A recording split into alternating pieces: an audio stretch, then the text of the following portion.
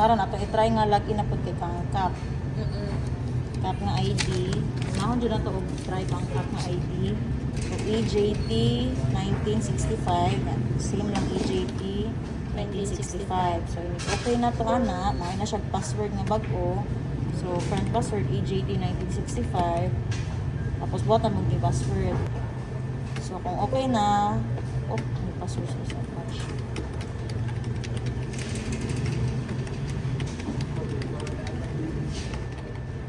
Okay. Ha? Siya masulog.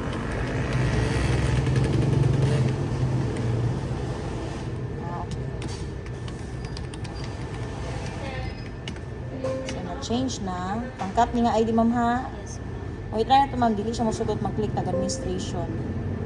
Ang maklik lang sa ID ni Cap, kaning account number o katong kung kaning regular asset ka sa ito na magbuhat ang PBC. So si Cap ang pwede mag-assign ng account number, click na ito itong account number nga add ta ma'am.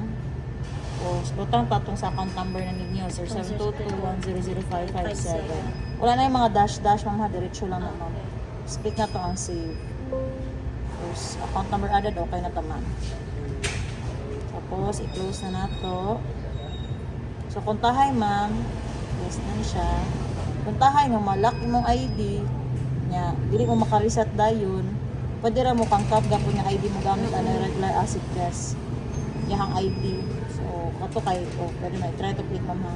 So mugana na siya. So kani imong ha kay katula tong gamiton nga ID. Yes.